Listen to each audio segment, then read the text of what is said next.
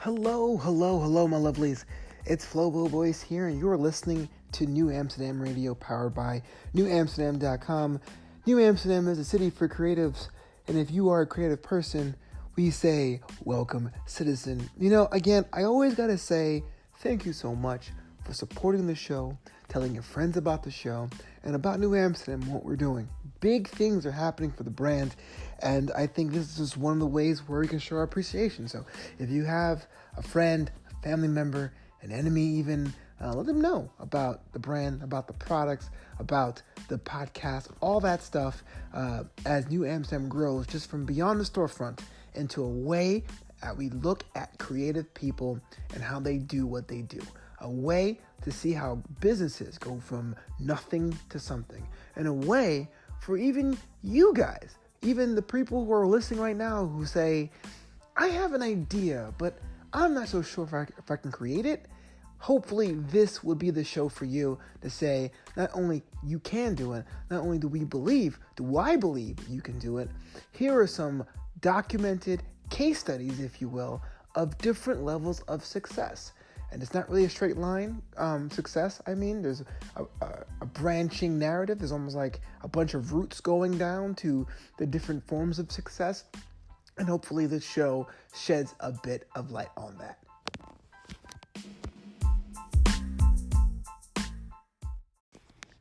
You know what I like? I like what they call mental chains. And what I mean by that is sometimes you may be in the shower or driving your car and you think of something, and that inspires you to think of something, and that inspires you to think of something else, and before you know it, you're like 5 or 6 different ideas way past the point of the original spark of inspiration. In fact, that was the inspiration for today's episode. Not mental chains, which I do feel like that is due an episode on its own. But what are we going to talk about today? You see, I was in my car. I live in Los Angeles these days, and I'm driving downtown and started singing the song, downtown, like from the 60s. And I thought about downtown versus uptown, and I thought about down market versus upmarket, right? What's the opposite of that? And I said to myself, that would be the best thing to discuss on New Amsterdam Radio. For those of you out there who are creatives, I don't know if you're writers, if you're in fashion, in art, in music. A lot of times when other people classify your work beyond the genre of what's created or the style of the author, like this is Southern hip hop versus this is Baroque style music, right? People always say, is this for the highbrow or lowbrow? We talked about earlier in an early episode about highbrow or lowbrow. But I really want to talk about product-based business. For those of you out there who are creating like the homemade pottery and the jewelry services, or even notebooks even, we're talking about what is considered upmarket versus downmarket. Now, upmarket is more luxurious, a lower rate of acceptability as far as attainability. In other words, it's harder to have that brand products in your hand. A little bit of exclusivity there. And with it comes with a certain kind of feeling of aspirational value, right? You can get a car for $1,000 from the guy selling it on the corner, but if you want a brand new Mercedes, you're going to have to pay for it, right? That's kind of what that looks like. Of course, the opposite is down market. Down market tends to be more for the masses, things that are accessible, entry level. I work as a DJ, and when I got into my own business, I realized there's a huge range of audio equipment. Some of them are expensive because the brands that release the products have spent a considerable amount of money on research and development. And then you have other products which be the same item, speakers or cables or something like that. But you can tell the materials aren't as durable, or maybe it's really made for those who are just starting out DJing, for example. Those are a little bit more down market. And you'll see that with your brand, whether it's your personal brand or the brand of your creation. A lot of times, whether explicitly or implicitly, you're going to have to answer to what market is your brand. The things that you create or the things that you make more upmarket or downmarket. And I feel like there is a strategy to that. You can sit back and say, well, I have an idea what I want it to be. Sometimes your market determines for you and who buys it. And sometimes you can make a concerted effort to switch between one or the other.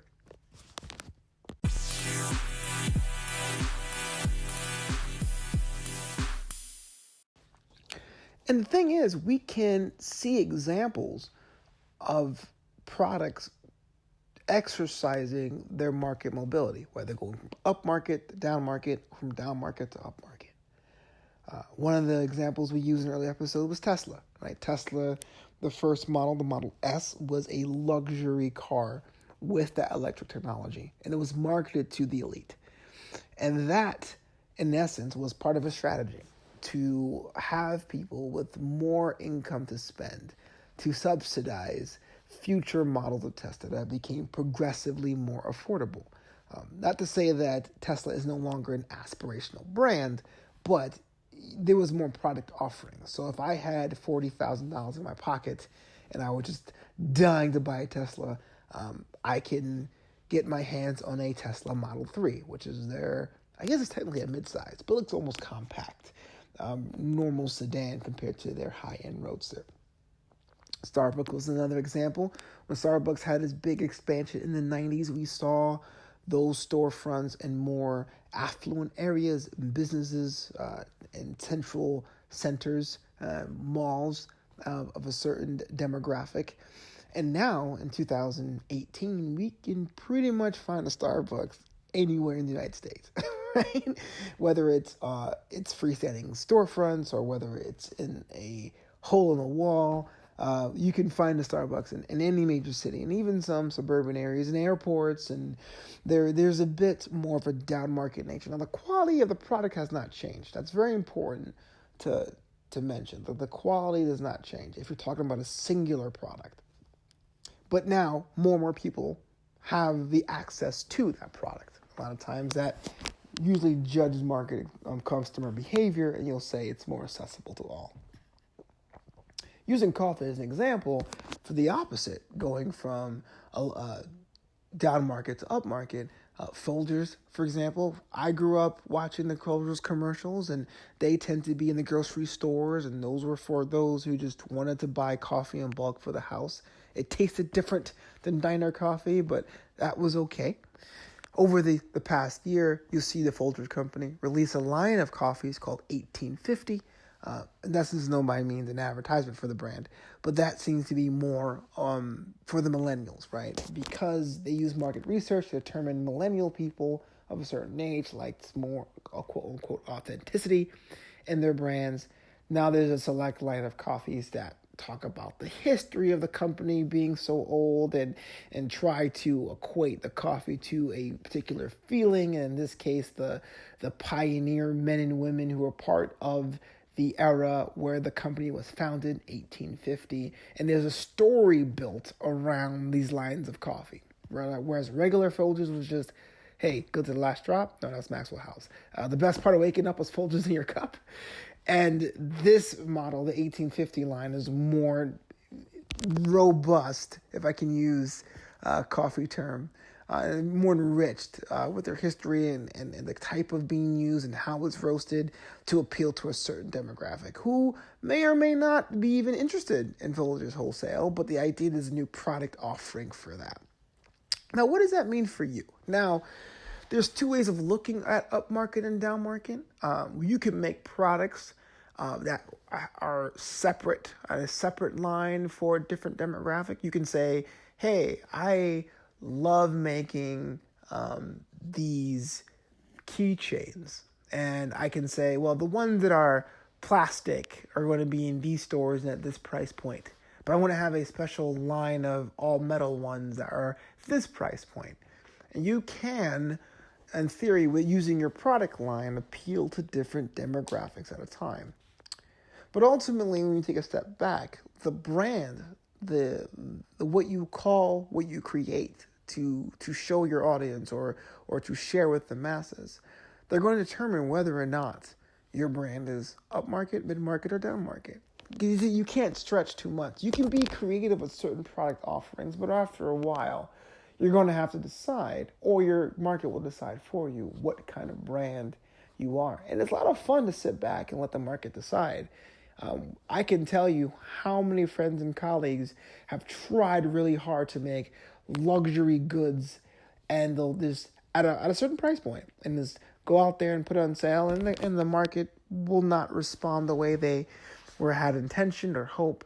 And then what you'll see is like giant discounts. I'm like, oh, this cashmere sweater that was $200 is now on sale for $45.95, and it's not funny, of course not, but it's just interesting to watch and see how the market would help you determine whether or not you're upmarket or downmarket. And the example I use sometimes with friends is that, would you eat a $30 steak, period? And you say, yeah, sure, why not? If I ate meat and I like steaks, why not? I'll pay $30 for a steak if it's really good. Then I continue and I say, would you eat a $30 steak at McDonald's? And there's always some hesitation. Why is that? Why won't we eat a $30 steak at McDonald's? Why would we raise an eyebrow if we walked into Cadillac and tried to buy a Cadillac for $10 and a roll of rubber bands? There's a bit of a disconnect there. And it may not even be as obvious as, well, McDonald's sells cheeseburgers for $6. Why would they have a $6 offering and a $30 offering? How good's the meat? But we make those assumptions as consumers. We do that because now more than ever, there's more brands than ever. They're personal brands, they're group brands. We trust our instincts and reviews from other people to determine whether or not we buy into things.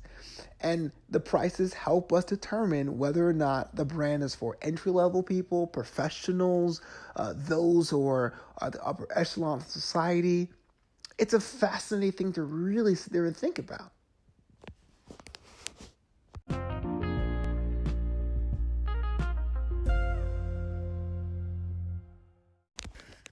All right, so what's a creative person to do? Do we sit here and fret and worry about whether or not the thing we create and we want to sell is upmarket or downmarket?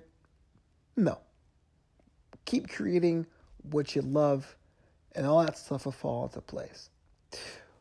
But it's always great to sit back and consider the different options of the brands and the products and the services in your niche that has come out before you and that will come out after you. Because ultimately, you have to do something different to stand out. And you ultimately also have to keep doing things differently to stay innovative. And whether that comes down to product improvements or a whole new line of products or services, that's completely up to you. But growth is a great problem to have.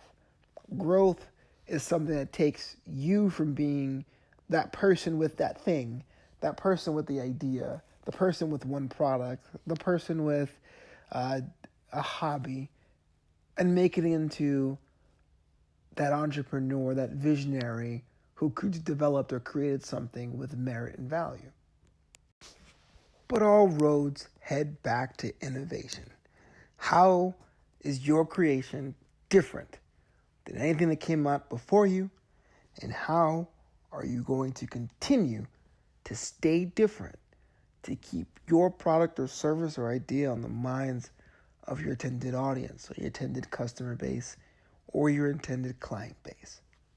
And that is the goal.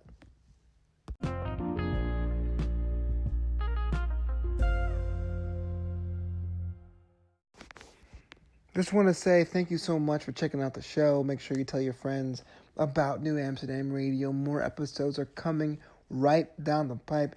And you can reach out to me over at flobito.com. That's FLOBITO.com. All my social links out there. My news updates are up there. Become a friend. Become a digital friend. And maybe we can create together. Until next time, this city's yours.